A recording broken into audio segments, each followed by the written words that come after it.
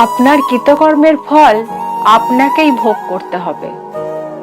আজ যাকে ঠকিয়ে দিলেন, যার বিশ্বাস ভাঙলেন, ভালোবাসার সুযোগ নিয়ে যার সঙ্গে অধর্ম করলেন, কৃতজ্ঞতা না দেখিয়ে যার সঙ্গে বেইমানি করলেন, সব হিসেব একদিন মিলে যাবে।